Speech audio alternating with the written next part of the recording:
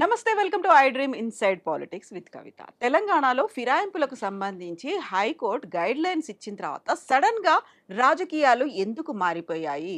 Telangana versus Andhra వ్యక్తులు అనేటువంటి comment ఎందుకు వచ్చింది? దీంతో పాటుగా వివక్షాపూరితమైనటువంటి అబ్యూజివ్ కమెంట్స్ ఎందుకు వస్తున్నాయి? ఇది యాక్చువల్గా వ్యక్తుల మధ్య జరిగిందా, లేకుంటే పార్టీలు ప్రాంతాల మధ్య జరిగిందా? ఎలా చూడొచ్చు?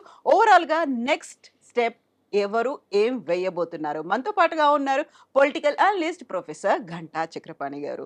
సార్ నమస్తే. వస్తుంది. సో ఒక 3 రోజులుగా అవుతున్నాయి.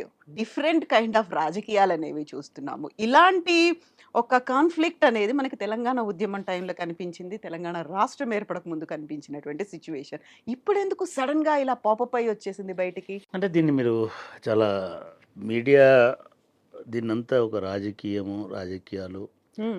అని రాజకీయాలు అనే ఒక పొలిటికల్ అంటే ఒక ఫిలాసఫీని తగ్గించి కించపరుస్తున్నారేమో అని అనిపిస్తుంది. హ్మ్. ఇదంతా abusive kind of verbal dialogues. అవును. ఇలా రాజకీయాలు ఏం లేవు. అది రాజకీయం కూడా కాదు. కానీ ఒక బ్రాడర్ సెన్స్‌లో ఇప్పుడు నడుస్తున్నటువంటి ఈ చర్చ అంతా రాజకీయ పార్టీల మధ్య, రాజకీయ వ్యక్తులతోటి, రాజకీయాల సంబంధించినటువంటి అంశాల మీద జరుగుతుంది కాబట్టి, మనం కూడా కంపల్సరీగా వాటిని రాజకీయాలనే అనాల్సి హ్మ్. వస్తున్నది. హ్మ్. భారతదేశంలో రాజకీయాల పట్ల గౌరవం తగ్గుతూ రావడం అనేది మనం గమనిస్తూనే ఉన్నాం. కానీ హఠాత్తుగా తెలంగాణలో ముఖ్యంగా నిన్న, మొన్న ఈ వారం 10 రోజుల్లో వస్తున్నటువంటి మాటలు గానీ, నాయకులు మాట్లాడుతున్నటువంటి మాటలు గానీ, రాజకీయ పార్టీలు చేపడుతున్నటువంటి చర్యలు గానీ, చాలా అసహ్యకరమైనటువంటి దశకి, హ్మ్. వెగటు కలిగించేటువంటి స్థితికి చేరుకున్నాయని చెప్పక తప్ప. ఇది మొత్తానికి కారణం ఏమిటి? ఇది ఈ స్థాయిలోకి వెళ్ళడానికి కారణం ఎవరు? ఎందుకు ఇవాళ జనం అసహించుకునేటట్టుగా వీధి రౌడీలలాగా, నేను మళ్ళీ చెప్తున్నాను, వీధి రౌడీల కంటే అధ్వాన్నంగా ఎమ్మెల్యేలు రోడ్ల మీద బాహాబాహికి దిగుతున్నారు అని అనుకున్నప్పుడు, దీనికి మొత్తం మూలం యాంటీ డిఫెక్షన్స్‌కి సంబంధించినటువంటి అంశం. అంటే ఒక పార్టీలో గెలిచినటువంటి ఎమ్మెల్యేలు హ్మ్. ఆ పార్టీ ఫిరాయించి వేరే పార్టీకి వెళ్ళడం వలన జరిగినటువంటి తలెత్తినటువంటి సమస్య. కాంగ్రెస్ పార్టీ సరే మళ్ళీ ఈ చర్చకు పోతే ఏమవుద్దంటే, అంతకుముందు వాళ్ళు చేయలేదా? అంతకుముందు వీళ్ళు చేయలేదంటే, ఎవరు చేసినా కూడా ఈ పొరపాటు పనుల వల్ల, హ్మ్. ఈ తప్పుల వల్ల ఇవాళ ఈ స్థితి ఈ రాజకీయాల్లోకి వచ్చింది. గతంలో కేసీఆర్ చేసినారు ఇదే పని, అంతకుముందు రాజశేఖర రెడ్డి చేసినారు ఇదే పని, దేశంలో ప్రతి రాష్ట్రంలో ప్రతి చోట ఇదే పని చేస్తున్నారు. ఇది జరిగినప్పుడు దాన్ని ప్రోత్సహించినటువంటి తెలంగాణ కాంగ్రెస్, హ్మ్. ఇట్లాంటి వాళ్ళందరినీ కూడగట్టుకున్నటువంటి తెలంగాణ కాంగ్రెస్ కొన్ని తప్పులు చేసుకుంటూ పోతుంది. ఈ తప్పులు చేసుకుంటూ పోవడం వల్లనే ఇవాళ హైకోర్టు తప్పుపట్టే దశకి వచ్చింది. హైకోర్టు స్పీకర్కు నోటీస్ ఇచ్చేటువంటి స్థితికి, లేదా స్పీకర్ కార్యాలయానికి షెడ్యూల్ మా ముందు పెట్టండి అని చెప్పే అంత పరిస్థితికి దారితీసిందని అనుకోవచ్చు. ఈ మొత్తం ప్రాసెస్ జరుగుతున్నప్పుడే ఇంకొక రెండవ తప్పు ఏం చేసినారని అంటే, నిజంగా ముమ్మాటికి తప్పే అది. ఎందుకంటే ఒకటి, వీళ్ళని తీసుకోవడం తప్పు. మీకు అవసరం లేదు వాళ్ళని తీసుకోవడం. ఒకవేళ తీసుకున్నా దొంగచాటుగా తీసుకోవడం అనేది రాజకీయ పార్టీలు చేస్తుంటాయి. కానీ మాకేం తక్కువ అని మీసం మెలేసి మీరు బహిరంగంగానే తీసుకున్నారు. జూలై 12వ తారీఖు నాడు అరికెపూడి గాంధీ అనే ఒక శేరిలింగంపల్లి శాసనసభ్యుడు బీఆర్ఎస్ నుంచి ఎన్నికై ఆయన కాంగ్రెస్ పార్టీలో చేరినాడు. దీనికి సంబంధించి అన్ని న్యూస్ పేపర్స్, తెలుగు ప్రాంత రాష్ట్రాల్లో అన్ని న్యూస్ పేపర్స్ దానికి రాసినారు. అరికపూడి గాంధీ గారు కూడా ప్రకటనలు ఇవి అవి అన్నీ జోరుగా చేసినాడు. బ్యానర్లలో కాంగ్రెస్ కండువాలు, కాంగ్రెస్ జెండాలు, కాంగ్రెస్లో చేరాడు. ఆనెస్ట్లీ అరికపూడి గాంధీ కాంగ్రెస్లో చేరాడు. ఈ కాంగ్రెస్లో చేరినటువంటి వాళ్ళకి ఆల్రెడీ యాంటీ డిఫెక్షన్ లా వర్తిస్తుంది అని చెప్పి బీఆర్ఎస్ కేసులు వేసింది. దానిలో ఇమ్మీడియట్గా ముగ్గురినైతే ఎందుకంటే 3 నెలలు అయిపోయింది, వీళ్ళ మీద చర్య తీసుకోలేదు స్పీకర్ గారని వీళ్ళు కోర్టుకు వెళ్ళినారు. మొదటి దశలో వెళ్ళిన ముగ్గురు మీద వెళ్ళినారు. దానం నాగేంద్ర ఉండొచ్చు, కడియం శ్రేయర్ గారు ఉండొచ్చు, అదేవిధంగా తెల్లం వెంకట్రావు గారు ఉండొచ్చు. ఈ ముగ్గురి పైన వీళ్ళు మొదటి దశలో వెళ్ళిన వాళ్ళు కాబట్టి వాళ్ళ కోర్టుకు వెళ్ళినారు. కోర్టు ఒకవైపు స్పష్టమైన ఆదేశాలు ఇచ్చింది. అంటే ప్రభుత్వం కూడా ఎట్లా బదనాం అవుతుందంటే, ముఖ్యంగా రేవంత్ రెడ్డి గారు బహుశా మరి సలహాలు సరిగ్గా లేవా, వాళ్ళ ఆలోచనలు సరిగ్గా లేవా మనది లేదు. అది ఇచ్చిన రోజుననే అరికెపూడి గాంధీ గారికి పిఎస్సి ఇచ్చినారు. అంటే మీరు ఏ పార్లమెంటరీ ప్రొసీజర్ చూసినా, అసెంబ్లీ అయినా పార్లమెంట్ అయినా, ఈ పబ్లిక్ అకౌంట్స్ కమిటీ అనేటువంటిది నెహ్రూ గారి హయాం నుంచి కూడా ఇది ప్రతిపక్షాలకు ఇచ్చేటువంటి ఒక పదవి. అంటే స్క్రూటినీ పబ్లిక్ అకౌంట్స్ కమిటీ ప్రతిపక్షానికి ఉండడం వలన మేము బ్యాలెన్సింగ్గా ఉన్నాము, చూస్తున్నాము, మా పైన స్క్రూటినీ ఉంది అని.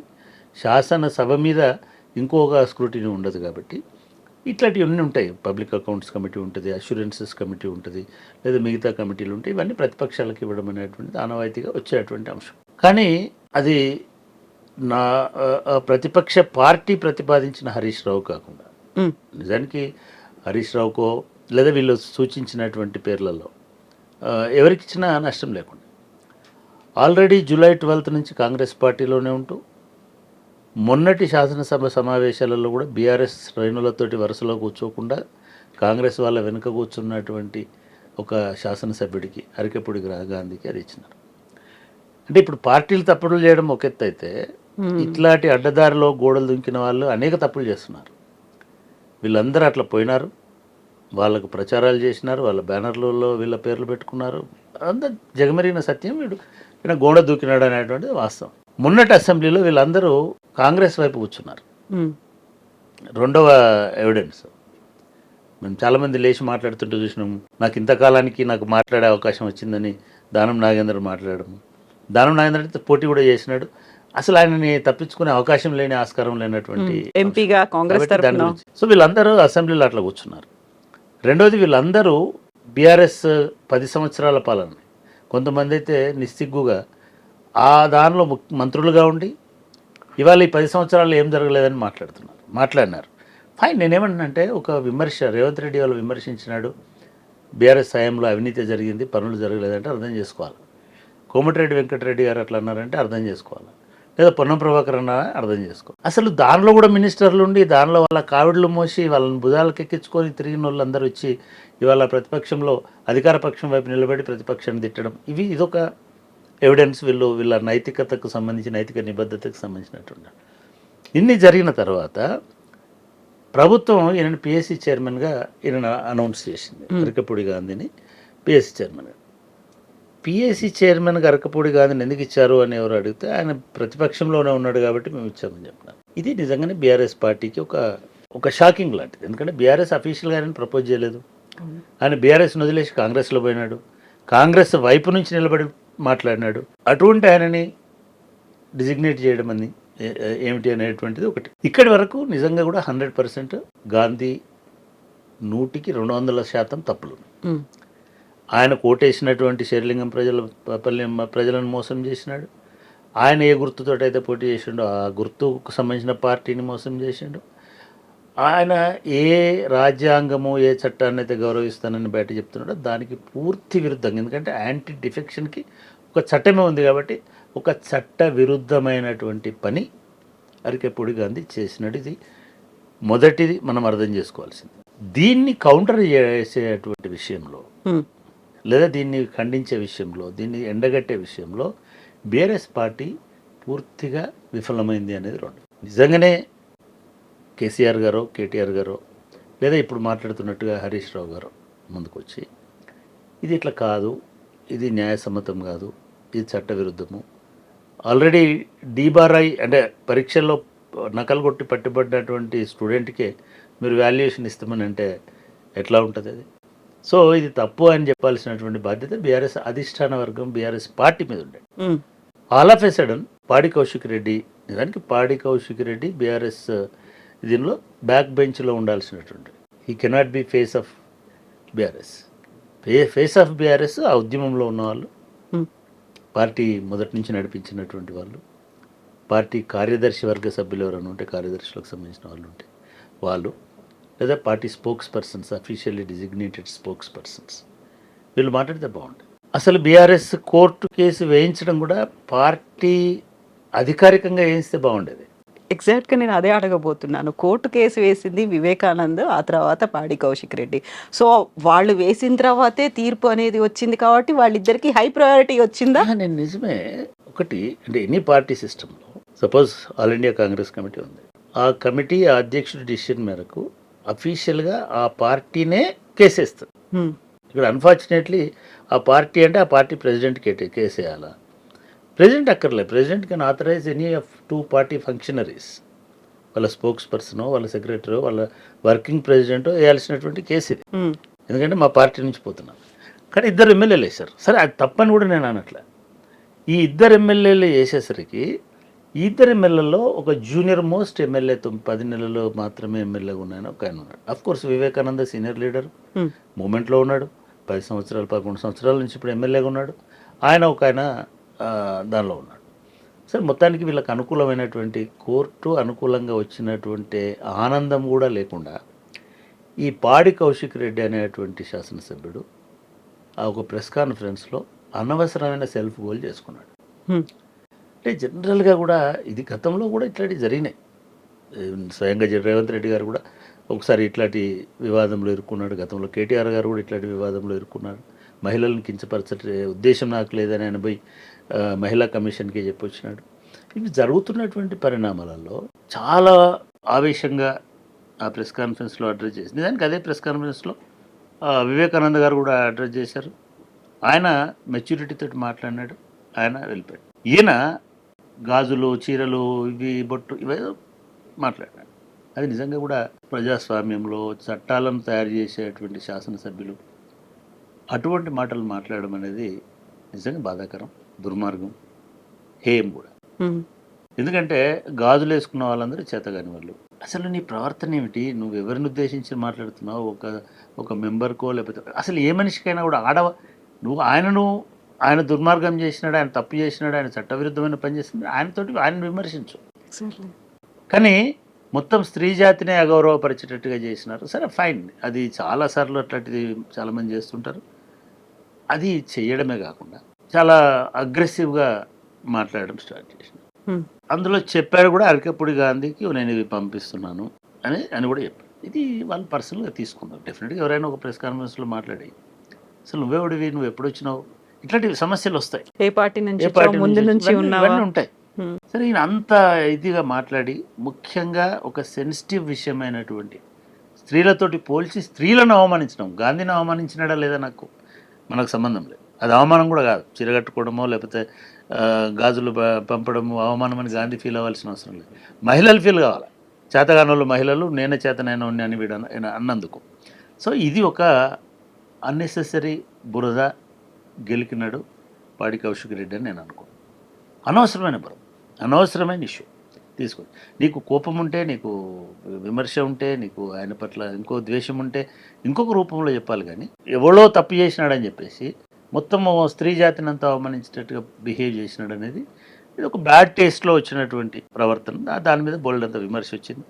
సరే దానికి మూల్యం చెల్లించినాడే అనుకుంటున్నాను. ఎందుకంటే పాడి కౌశిక్ రెడ్డిని ఎవరు అప్రిషియేట్ చేయలేదు. అట్లా గాజులు పంపిస్తామని అంటే అది ఎవరు అప్రిషియేట్ చేయరు. సరే అదేదో సరిదిద్దుకొని నా ఉద్దేశం అది కాదో ఇంకోటో చెప్పేసుకొని అక్కడికంటే అయిపోయేది. అది అయిపోకుండా సరే ఆబ్వియస్గా నువ్వు మొన్న వచ్చిన పిల్లోడు ఇంత నా మీద ఎట్లా ఎగురుతున్నాడు ఏంది అని అనుకునే దానిలో ఒకటి. రెండోది గాంధీ గారు కూడా ఓహో నన్ను గాజులు పంచి నన్ను చేతగాను అనుకుంటున్నావు. ఆయన కూడా అదే మూసలో ఉన్నాడు. ఆయన ఏమి మహిళాభ్యుదయవాదేం కాదు. ఆయన ఎక్స్ట్రీమ్గా కూడా ఉన్నారు.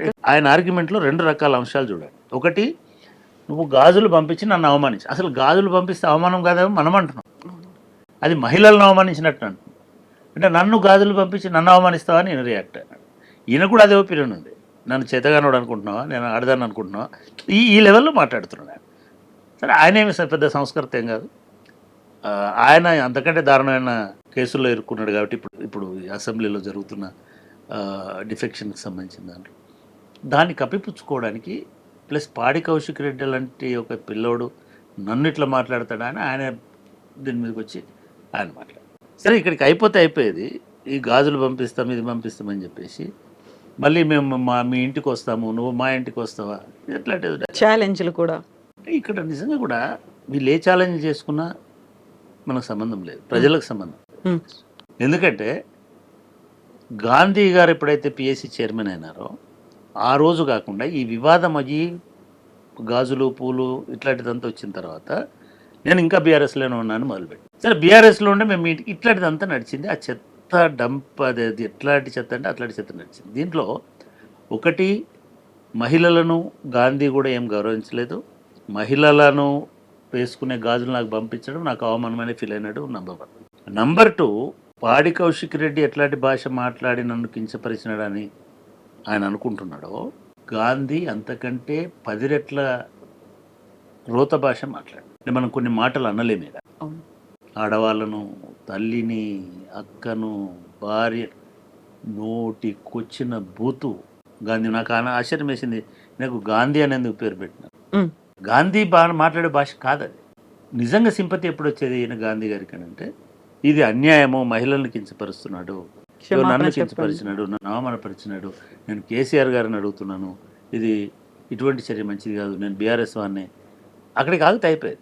బూతులు మాట్లాడి సరే నువ్వే అంటున్నావు, అడొక పిల్లోడు అని నువ్వు నీ పద్ధతిలో చెప్తుంటే ఆయన ఒక పిల్లాడు. ఆయన రాలేదు నీ ఇంటికని, నువ్వు ఆయన ఇంటికి నిజంగానే చేతిలో ఒక కొడవళ్ళు లేవు కానీ జీబులకు వేలాడుతూ గడ్డాలు డూమ్ అనుకుంటూ ఇంతమంది భారీ కాన్వాయ్లు వచ్చి.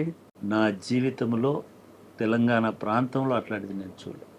నేను ఇది పెట్టి విజయవాడలో అక్కడిక్కడ జరుగుతాయని చాలామంది కోపానికి వచ్చి సరే ఎందుకు లేని నేను దాన్ని మళ్ళీ డిలీట్ చేశాను. అంటే నిజంగా కూడా నేను గమనిస్తున్నాను 40 సంవత్సరాల నుంచి 50 సంవత్సరాల నుంచి అయితే అట్లీస్ట్ రాజకీయాలు ఎట్లా ఉన్నాయని గమనిస్తున్నాను. చెన్నారెడ్డి లాంటి వాళ్ళు, ఎన్టీ రామారావు లాంటి వాళ్ళు ఎక్కడున్నా కూడా ఈ ప్రాంతంలో అటువంటి కల్చర్ లేదు. రాజకీయ దాడులు చేసుకునే కల్చర్ లేదు. ఒకరింటి మీదకి ఇంకోటి పోయి రాళ్ళు రువ్వుకొని బాంబులు వేసుకునే కల్చర్ లేదు. ఇది వాస్తవం. ఒక గూండాలను రౌడీలను వేసుకొని మొత్తం వీధుల వెంబడిపోవడం అనేది చాలా అవమానకరంగా, తెలంగాణ ఒక అవమానకరమైనటువంటి పద్ధతిలో గాంధీ బిహేవ్ చేసినాడు. మనం ఫ్యాక్ట్స్ మాట్లాడుకో. ఇది జరుగుతున్న రచ్చకి ఇంకా ఆజ్యం పోసి గాంధీకి ప్రాణం పోసింది మళ్ళీ కౌశిక్ రెడ్డి. ఆ నోటి దూలతోటి అనవసరమైనటువంటి పదాలని, అనవసరమైనటువంటి అంశాలని, ప్రాంతాలని, లేదా ఇంకొకటి అని మాట్లాడారు. అదే నిజానికి ఇవాళ హరీష్ రావు గారు కూడా చెప్తున్నారు, నేను కూడా నిన్న విన్నాను, చాలా చిల్లరగా మాట్లాడుకున్నారు ఇద్దరు. కరీంనగర్ నుంచి బతుకొచ్చినోడు కాదను, కరీంనగర్ నుంచి ఇక్కడికి వచ్చి నీకు ఇక్కడేందిరా రాజకీయాలు నేను మాట్లాడినాడు. సరే నువ్వు కరీంనగర్ నుంచి వచ్చినా విజయవాడ నుంచి వచ్చినా ఇద్దరు హైదరాబాద్లో ఎన్నికైనటువంటి, తెలంగాణలో ఎన్నికైనటువంటి ప్రజాప్రతినిధులు. ఎన్నిక కాకపోయినా పర్వాలే, హైదరాబాద్లో మనం అనేక సందర్భాల్లో చెప్పినాం, హైదరాబాద్లో ఉన్న ప్రతి పౌరుడికి ఆయనకి తెలంగాణ పౌరసత్వము ఇది ఆధార్ కార్డు ఉన్నా లేకపోయినా హైదరాబాద్లో నివసిస్తున్నటువంటి ప్రతి పౌరుడికి ఈ హైదరాబాద్ మీద అన్ని హక్కులు ఉంటాయి. స్థానికులుగా అందరూ స్థానికులే. మనం లాస్ట్ టైం ఎలక్షన్స్ కంటే ముందు కూడా ఇదే మాట మాట్లాడుకున్నాం. 2-3 ఇంటర్వ్యూస్లో కూడా ఈ స్థానికత అనేటువంటి అంశం ఎవరెవరైతే హైదరాబాద్లో ఉంటారో వాళ్ళందరూ స్థానికులే.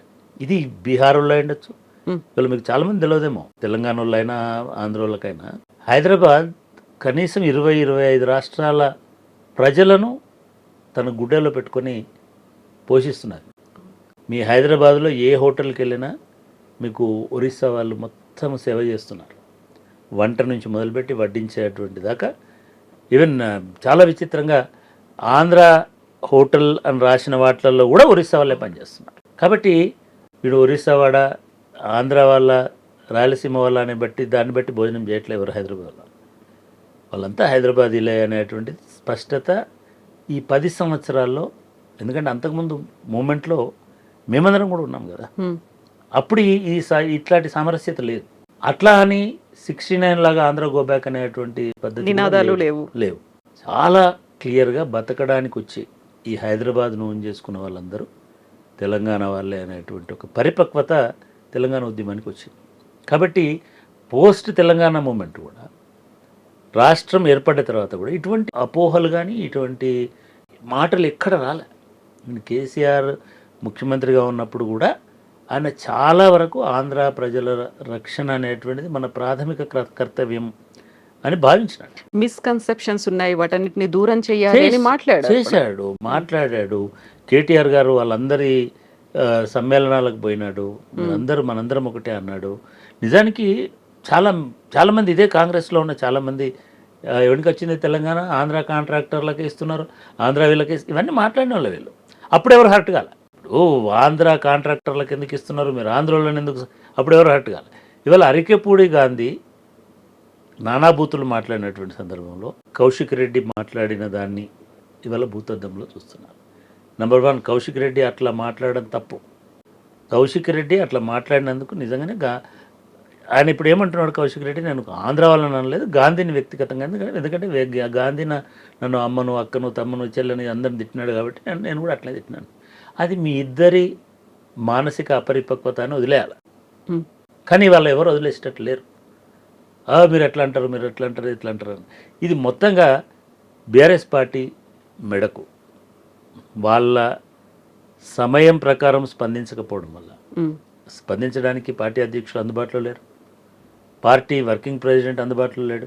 హరీష్ రావు గారు పాపం ఆయన నిన్న ఆ ప్రయత్నం చేసినాడు, ఇవాళ కూడా ఆయన ఎక్స్ప్లెనేషన్ కూడా ఇచ్చాడు, ఇది ఆంధ్రాకు సంబంధం లేదు, నువ్వు కరీంనగర్ ఓడివి, నువ్వు నా ఇంటికి ఎందుకు వస్తావని ఈయనంటే, నువ్వు విజయవాడ ఓడివి అనేటువంటి మాట ఏదో మాట్లాడినాడు.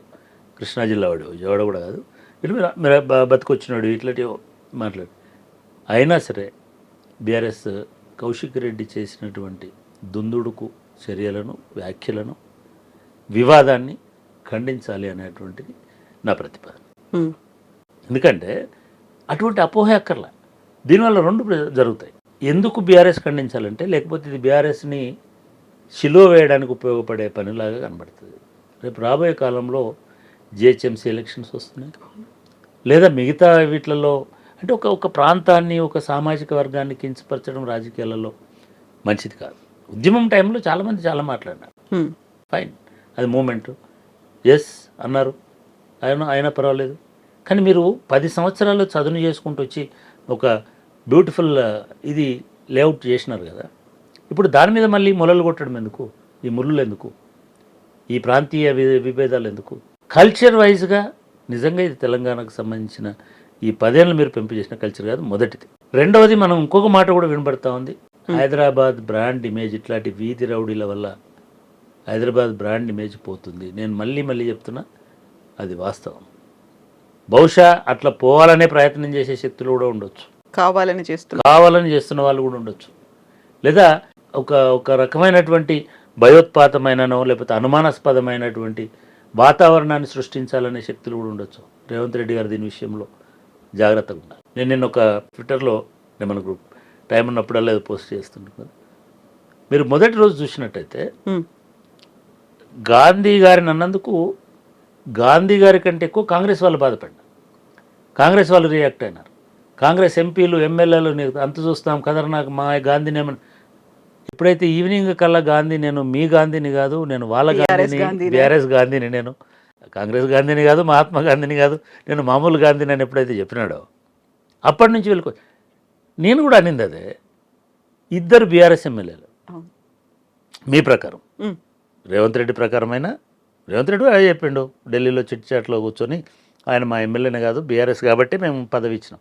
అట్లా చెప్పకపోతే కోర్టులో ఇరుక్కుంటాడు కదా. రేపు ఈ గాంధీ గారిది కూడా కోర్టు బెంచ్ మీదకి వస్తుంది, అనర్హత వేటు. ఇవన్నీ ఎవిడెన్సెస్ అవుతాయి మళ్ళీ రేపు.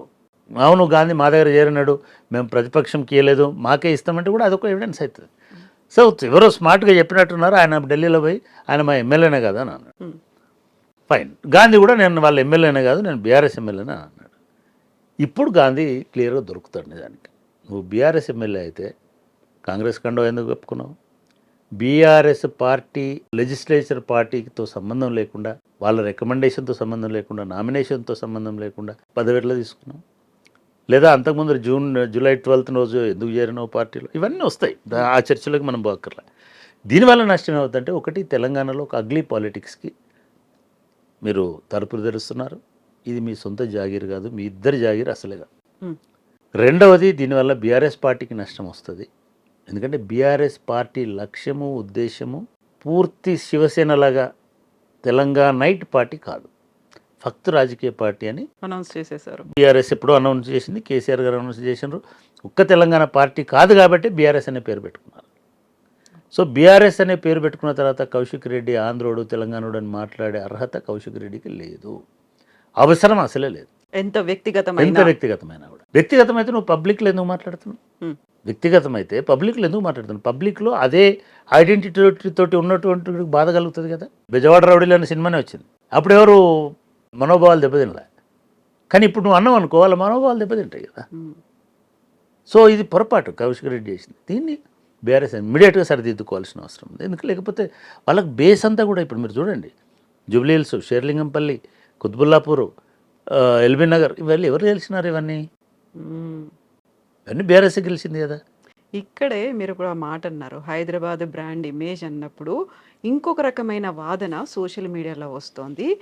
ఫస్ట్ హైదరాబాద్ అంటే గ్రేటర్లో ఉన్నటువంటి బీఆర్ఎస్ ఎమ్మెల్యేలను దెబ్బతీయడానికి మొట్టమొదటి అస్త్రంగా హైడ్రాని తీసుకొచ్చింది రేవంత్ రెడ్డి. ఆ తర్వాత అదే ఎమ్మెల్యేలను టార్గెట్గా వాళ్ళని ఫస్ట్ బెదిరించారు. ఆ తర్వాత ఇప్పుడు ఈ సరికొత్త అంశాన్ని అరికెబుడి గాంధీని పిఏసీ చైర్మన్గా చేయడం అనేది కూడా బీఆర్ఎస్ ఎమ్మెల్యేలను దెబ్బతీయడానికే బెదిరించడం. అయి ఈ ఉండొచ్చండి. వాదన రాజకీయాలలో ఒకరిని ఒకరు దెబ్బ తీసుకోకపోతే, దెబ్బ తీసుకునే విధంగా వ్యూహాలు పన్నకపోతే రాజకీయాలు ఉండవు. ఫక్తు రాజకీయ పార్టీ కాదు. ఏది ఎవరైనా ఇప్పుడు రేవంత్ రెడ్డి హైడ్రా తీసుకొచ్చిందే బీఆర్ఎస్ని దెబ్బతీయడానికి. నేనేమనుకుంటున్నా, హైడ్రా తీసుకొచ్చింది చెరువులు బాగు చేయడానికి అనుకుంటున్నాను. చెరువులు బాగా అయితే నాకు సంతోషం. ఏ ఎమ్మెల్యే దెబ్బతిన్నా నాకు ఇబ్బంది ఏం లేదు. ప్లస్ ఆ దెబ్బ ఇప్పుడు గాంధీ గారిని తీసుకోండి, ఆయన ఏం బీఆర్ఎస్ బ్రాండెడ్ ఎమ్మెల్యే ఏం కాదు, మ్మ్. తాలికన తెలంగాణ బ్రాండెడ్ ఎమ్మెల్యే కూడా కాదు. అయినప్పటికీ ఈ వాదన ఎవరైనా తీసుకొస్తే, సరే గాంధీదే తీసుకొస్తే, అసలు గాంధీని పెంచి పోషించింది ఎవరు? గాంధీని ఎమ్మెల్యే చేసింది ఎవరు? గాంధీని లీడర్ చేసింది ఎవరు? రియల్ ఎస్టేట్ ప్లాట్లు అమ్ముకున్నట్టు ఆయన కదా. ఆయన ప్లాట్లో వ్యాపారం చేసుకుంటే ఆయన మర్యాద చెప్పాలి. ఆయనను పట్టుకొచ్చేసి మీరు శాసనసభలో కూర్చోబెట్టి నెత్తి మీద ఎక్కించుకున్నది ఎవరండి? కాబట్టి ఆ చర్చలోకి పోవాల్సిన అవసరం లేదు. మ్మ్. అదేవిధంగా ఇవాళ అంటే హైడ్రా సపోజ్ దుర్గం చెరువు క్లీన్ అయితే బీఆర్ఎస్ దెబ్బతింటుందండి. అంటే అట్లా వాదించే వాళ్ళకు మ్మ్. ఏదో వాదిస్తుంటారు. ఏమి హైదరాబాద్ మంచిగా అయితే, రేవంత్ రెడ్డి మంచి పేరు వస్తే బీఆర్ఎస్ని మర్చిపోతారా జనం? మర్చిపోయారన్న కేశంపేటలో అట్లుండదు. పార్టీలో ఆ పార్టీ విధానాన్ని బట్టి తెలంగాణ ఆత్మగౌరవం కోసం ఇప్పుడు అదే కదా వాళ్ళ తనలాట అంతా కూడా. మనం మొదటి 2-3 సార్లు మాట్లాడుకున్నాం. తెలంగాణ అనే పేరు తీసేసిన తర్వాత ఇంకా తెలంగాణ ఆత్మగౌరవం ఎక్కడనే విమర్శలు కూడా వస్తున్నాయి. ఇవాళ ఈ కౌశిక్ రెడ్డి ఎపిసోడ్ అనేది ఒక పీడకల, దాన్ని వదిలేయాలి. గాంధీ నిజస్వరూపం కూడా మనకు అర్థమైంది. సరే, ఈ రెండు పార్టీలు వాళ్ళ కేసీఆర్ గారు కానీ లేదా ఆ పార్టీ బీఆర్ఎస్ అధ్యక్షుడు వర్కింగ్ ప్రెసిడెంట్ కేటీఆర్ కానీ చేయాల్సింది ఏంటంటే, నిజంగానే ఇప్పుడు వీళ్ళు చెప్తున్నారు మేము ఇంకా బీఆర్ఎస్ అని. ఇప్పుడు ఇంకా ఎక్కువ దొరుకుతారు. ఇప్పుడు అసలు వీళ్ళు మాట్లాడకుండా ఉంటే చాలా మంచిది.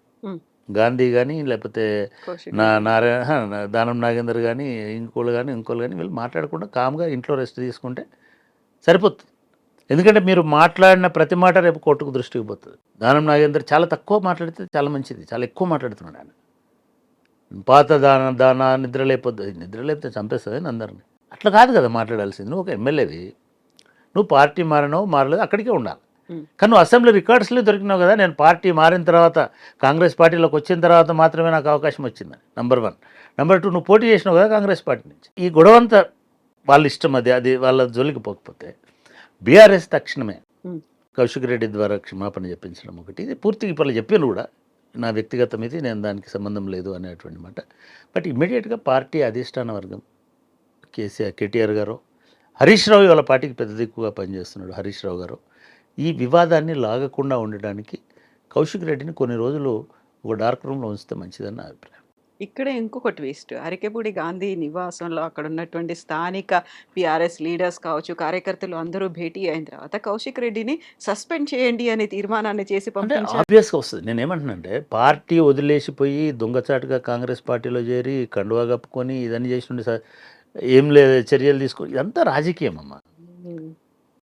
సకల రోగాలు, సకల అరిష్టాలు, సకల ఏమంటారు తప్పులు చేసినోడేమో. అసలు నువ్వు ఎక్కడ నీకున్న లోకో స్టాండ్ ఏంటిది? ఎవరైనా నువ్వు? మేమందరం చదివినాం పేపర్లలో, న్యూస్ పేపర్ రిపోర్టర్లు. నాకు ఆశ్చర్యం వేసేదంటే ఒక్క రిపోర్టర్ కూడా అడుగుతలేవు. నువ్వు ఆ రోజు చెప్పినావు కదా నాతోటి, మా పేపర్లో ఫస్ట్ పేజీలో వేసినాం. కాకుండా అదేదో నేను దేవాలయంలో వేసుకునే కండువా వేసుకున్నానని మాట చెప్తున్నారు. అది దేవుళ్ళను కూడా కించపరచడం, అవమానించడం. దేవుళ్ళను అట్లాంటి మీ రొంపిలోకి, మీ పాపంలోకి దేవుళ్ళని ఎందుకు లాగుతారండి? దేవాలు నాకైతే తెలియదు, మరి హస్తం గుర్తుతో కూడా దేవాలయాల కండువాలు ఉంటాయంటే బహుశా అది అభయహస్తమేమో, దేవుడి హస్తం అని. అంటే ఆ స్థాయికి దిగజారుతుంటారు. అంటే అసలు పార్టీ వదిలేసి వెళ్ళిపోయి పార్టీని నేను వదులుతున్నాను అని చెప్పి ప్రకటించి పేపర్లలో అన్నీ వచ్చిన తర్వాత మనకు ఈ పార్టీల నుంచి వాడిని సస్పెండ్ చేయమని అర్హత నీకు ఎక్కడిది? కాబట్టి ఇది కోర్టు కోణంలోంచి, కోర్టు దృష్టిలో ఉంటుంది. కాబట్టి దాని మీద మనం మాట్లాడకపోవడం మంచిది. గాంధీ గారు మాట్లాడకపోతే ఇంకా మంచిదని నేను చెప్పేది. ఏంటంటే ఇవాళ సరే ఇంకా మనం ముందుకు పోదాం. ఇదంతా జరిగింది. బీఆర్ఎస్ తనను తను సవరించుకోవాల్సిన అవసరం ఉంది.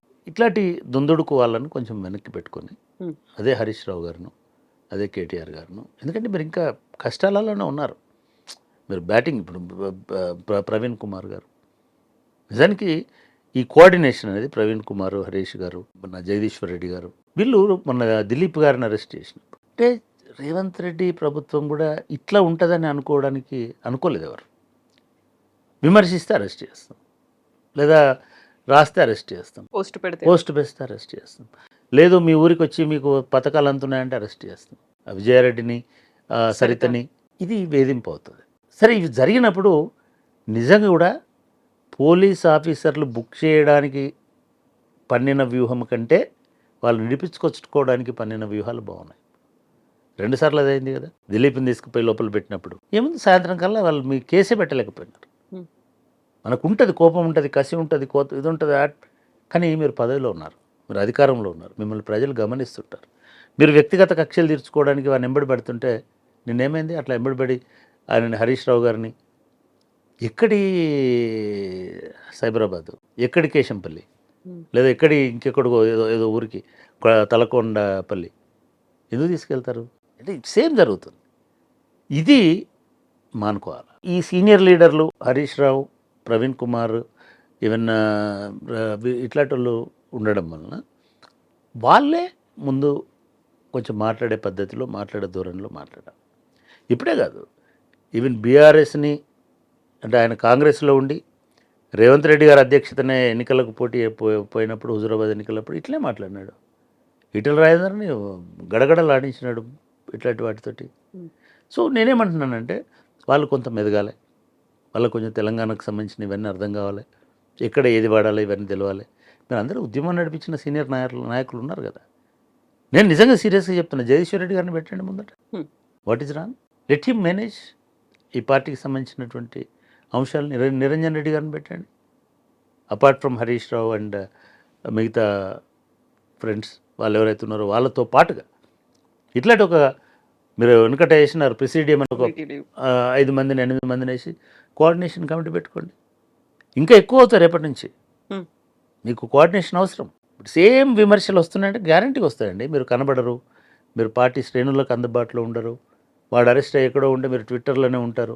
ఇప్పుడు ఇవన్నీ జరగడం వెనకాల ఒక పార్టీ అధికార ప్రతినిధిగా, ప్రజాప్రతినిధిగా పాడి కౌశిక్ రెడ్డి అలాంటి మాటలు మాట్లాడాడు అంటే బీఆర్ఎస్ పార్టీ నుంచి కన్సెంట్ లేకుండా మాట్లాడారా? కేసీఆర్ పర్మిషన్ లేదా, లేకుంటే వాళ్ళ శాసనసభ పక్ష నేత పర్మిషన్ లేదా, ఇలాంటివన్నీ వస్తున్నాయి. అది కేవలం కౌశిక్ రెడ్డిది అన్నట్టుగా పోవట్లేదు అక్కడ. అంటే అందరికీ తెలుసు కేసీఆర్ పర్మిషన్ లేదు అని. 2 రకాలుగా చెప్తున్నాను. ఎన్నడూ కేసీఆర్ ఇటువంటి వాటిని హర్షించలేదు.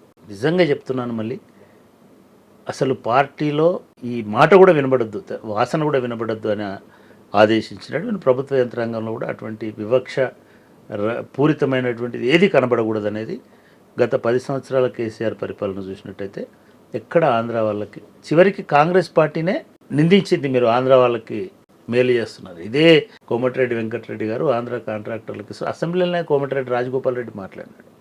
ఇది మొదటిది.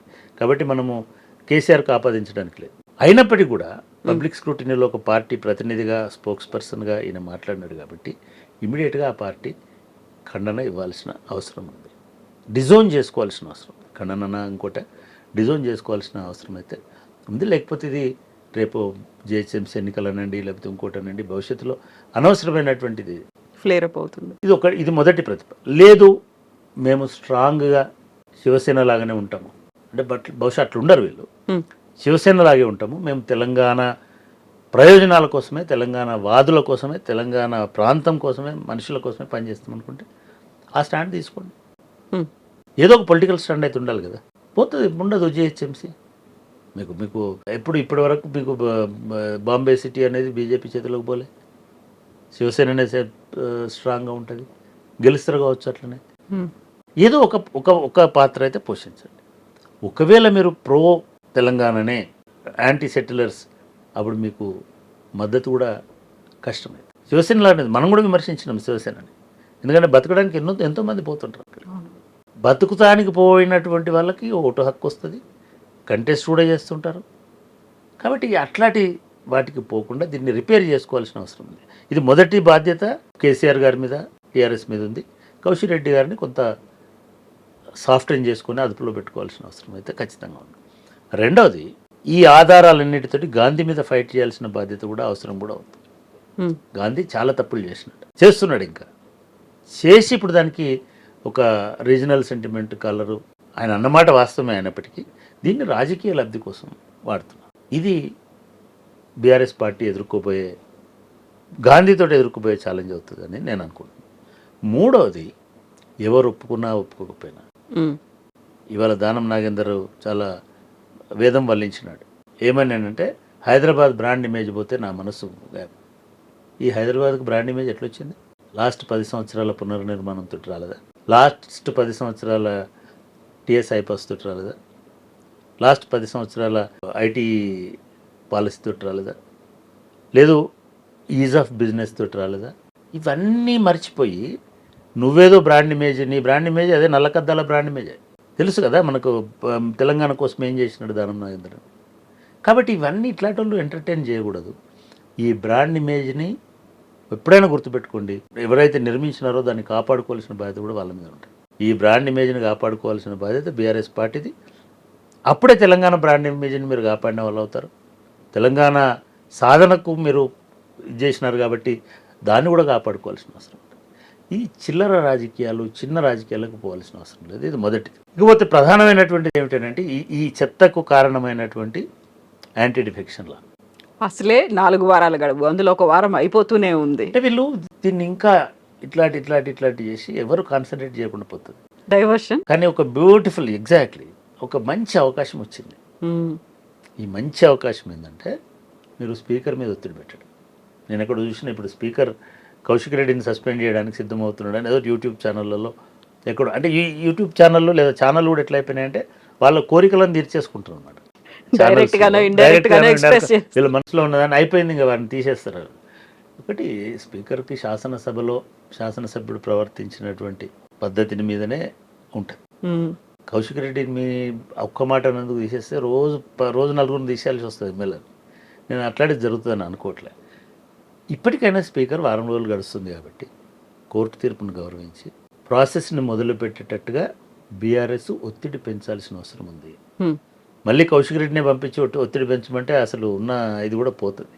సో ఇట్లాంటిది కాకుండా మీ పార్టీ పార్లమెంటరీ పార్టీ తరఫున, మీ పార్టీ లెజిస్లేచర్ పార్టీ తరఫున తప్పేం లేదండి. ఒక ప్రతిపక్ష నాయకుడిగా కేసీఆర్ని వెళ్ళమనండి, లేదా వర్కింగ్ ప్రెసిడెంట్గా కేటీఆర్ని వెళ్ళమనండి, లేదు డిప్యూటీ లీడర్గా హరీష్ రావు గారిని వెళ్ళమనండి, లేదా జగదీశ్వర్ రెడ్డి, వీళ్ళందరూ ఎమ్మెల్యేలే కదా, వారిని వెళ్ళమనండి.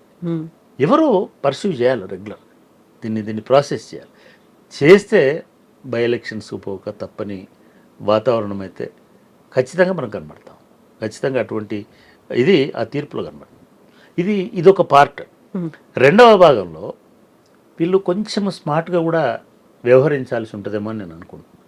అంటే ఊరికనే అరే రారా తందం ఇది అర్థంగా మీరేం చేయండి, మీ లెజిస్లేచర్ పార్టీ మీటింగ్ కాల్ఫర్ చేయండి. మీ ఆఫీస్లోనే బీఆర్ఎస్ భవన్లో, తెలంగాణ భవన్లోనే you write letters to all your legislators. There is a very important issues discuss చేస్తాము, లెజిస్లేటర్స్ అందరూ అటెండ్ కండి అని చెప్పండి. గాంధీ వస్తాడా రాడా, కడియం శ్రీహరి వస్తాడా రాడా, దానం నాగేందర్ వస్తాడా రాడా. నేను ఇది ఎందుకు చెప్తున్నానంటే చాలామంది ఏమనుకుంటారు, ప్రజా ప్రాతినిధ్య చట్టము లేదా ఇది యాంటీ డిఫెక్షన్ లా, ఫిరాయింపు నిరోధక చట్టం, ఇది కేవలము ఇట్లా పార్టీ మారితేనే కండువ కప్పుకోకపోయినా సరే నీ పార్టీ విధానానికి వ్యతిరేకంగా ఉన్నా నేను తొలగించవచ్చు, నీ పార్టీ లెజిస్లేచర్స్ మీటింగ్కి రాకపోయినా నేను తొలగించవచ్చు, సభలో నీ పార్టీ నిర్ణయానికి వ్యతిరేకంగా లేచి నిలబడినా తొలగించవచ్చు, సభలో నీ పార్టీ నాయకత్వానికి వ్యతిరేకంగా, విధానానికి వ్యతిరేకంగా మాట్లాడినా తొలగించవచ్చు. ఇవన్నీ చేసి ఉన్నారు ఈ పార్టీ మారిన ఎమ్మెల్యేలు.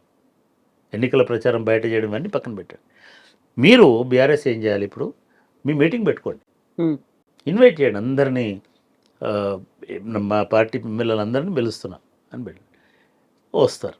సరే రేపు ఇప్పుడు ఎంతమంది వస్తారో చూడండి. నేను అనుకోవడం కడియం శ్రీహరి లాంటి వాళ్ళు, నాగేందర్ లాంటి వాళ్ళు, ఎందుకంటే ఆ పార్టీతో పూర్తిగా టికెట్లు ఇచ్చి ఈవెన్ వీళ్ళు రారు. ఫైన్ వచ్చిన వాళ్ళు ఇప్పుడు మిగతా అయితే వెయిట్ చేస్తున్నారు, మీకే మంచిది కదా, ఈ ముగ్గురు పోతే పోయినారు, మిగతా వస్తారు, సరే వచ్చినారు అనుకోండి.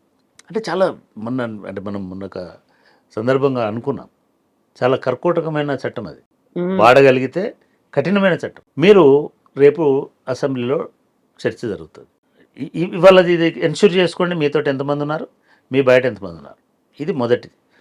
రెండోది పార్టీ పరంగా ఏం చర్యలు తీసుకోవాలి అట్లాంటి వాళ్ళని. అంటే ఇప్పుడు వాళ్ళు వెయిట్ చేస్తున్నది ఏంటంటే మిమ్మల్ని సస్పెండ్ చేస్తే ఫైన్, వాడికి అర్హత ఉంటుంది. సో అట్లా కాకుండా వీళ్ళను మీరు వెంబడించండి, ఒకటి. రెండోది అసెంబ్లీలో కూడా ఎట్లుంటుందంటే, ఎస్ నువ్వు ట్రెజరీ బెంచ్లో అంటే మీ దీనిలో కాకుండా నువ్వు బయట పోయి కూర్చున్నావు అనుకో వేరే చోట, యూ కాల్ ఫర్ ఎక్స్ప్లెనేషన్. ఎందుకు మీరు ఆ బెంచ్లలో కూర్చున్నారు, ఎందుకు లేచి నిలబడి చప్పట్లు కొట్టినారు, ఎందుకు మాట్లాడినారు, ఇవన్నీ ఆధారాలు ఉంటాయి. మూడవది, మీరు నెక్స్ట్ సెషన్స్ అయితే వస్తాయి కదా, ఏ ఇష్యూ మీద ఒక విప్ జారీ చేసేయండి, స్ట్రేట్ అవే సస్పెన్షనే. ఒకవేళ విప్ కనుక ఉల్లంఘిస్తే సభ్యత్వం తీసిపడేయడమే. సభ్యత్వం తీసేయడం కాదు, ఇంకా ఎక్కువ మాట్లాడితే హిమాచల్ ప్రదేశ్లో స్పీకర్ చేసినట్టుగా టోటల్ సాక్ చేసి పడేసచ్చు, నీ పెన్షన్ గిన్షన్ రద్దు చేస్తామని చెప్పచ్చు. సో అటువంటి పదునైనటువంటి ఆయుధాలు మీ దగ్గర ఉండగా, అసలు గొంతు కోసేది కూడా తెలియనటువంటి ఆయుధాల మీద ఉండగా, ఈ రాళ్ళు పట్టుకునేటోళ్ళను పూల తొట్టిలు ఎత్తేసేటోళ్ళను ఎందుకంటే మీరు ఎంకరేజ్ చేయడం? ఇది రోడ్ మీద అనవసరమైన, ఇది పోలీస్కి ఇబ్బంది, ఎవరికైనా ఇబ్బందే. దానికి 2 రోజులు టీవీ ఛానళ్ళకు ఇది ఒక సందు దొరికింది, చలో మళ్ళీ ఆంధ్ర అంటున్నారు, మళ్ళీ తెలంగాణ. ఎందుకయ్యా ఇది? ఎవ్వరు అనరు ఆంధ్ర తెలంగాణ అని. ఇప్పుడు తెలంగాణ అవన్నీ మర్చిపోయింది, కొత్తగా అలా అవసరం లేదు. హ్యాపీగా ఒక ప్రోగ్రెసివ్ దీనిలో ఈ స్టేట్ నడిచేటట్టు చూడండి. మన రేవంత్ రెడ్డి గారు కూడా ఇట్లాంటి ఎమ్మెల్యేలతోటి నువ్వు ఎంత దూరం పోలేరు. మీరు మీకున్న ఎమ్మెల్యేలు చాలు. నిన్న మీరు ఢిల్లీలో చెప్పారు కదా, మాకే మంచిది ఇది, ఏమమ్మా మా వాళ్ళని తీసుకోరు, అయిపోయింది, ఫైన్, వీళ్ళని డంప్ చేసేయండి, మరి వదిలించుకోండి. ఎందుకు మీకు మీకు మీకు మీకు ఆ ఎమ్మెల్యేల కంటే ఎక్కువ రేపు కోర్టులో ఇదైతే అదొక అవమాన భారం కదా. ఒక ముఖ్యమంత్రి గారు ఇటువంటి వాటికి పాల్పడకూడదు కదా. కాబట్టి మీరు వదిలేసుకోండి, మేము ఈ జోలికి ఎవరు రారు, వచ్చినా కూడా ఇటువంటి చట్టమే ఉంటుంది. సో ఇది ఇమ్మీడియట్గా ఈ రాష్ట్రంలో జరగాల్సినటువంటి పని. లేకపోతే ఖచ్చితంగా తెలంగాణ పట్ల ఒక రకమైనటువంటి వ్యతిరేకభావం, హైదరాబాద్ పట్ల, ఎందుకంటే ఈ విచిత్రం ఏంటంటే ఎంత హైదరాబాద్ వేదిక, హైదరాబాద్ ఎమ్మెల్యేలు, ఈ హైదరాబాద్ పట్ల ఒక ఇది ఈ రాష్ట్ర మనుగడకి, రాష్ట్ర పురోగతికి, రాష్ట్ర ఆర్థిక సుస్థిరతకి, రాష్ట్ర అభివృద్ధికి మంచిది కాదు అనేటువంటిది నా అభిప్రాయం. ఎస్ చక్రపాణి గారు, thank you so much. That was a lengthy one. నిజంగానే కావాల్సినవన్నీ ఉన్నాయి for both sides, both MLAs. Thank you so much.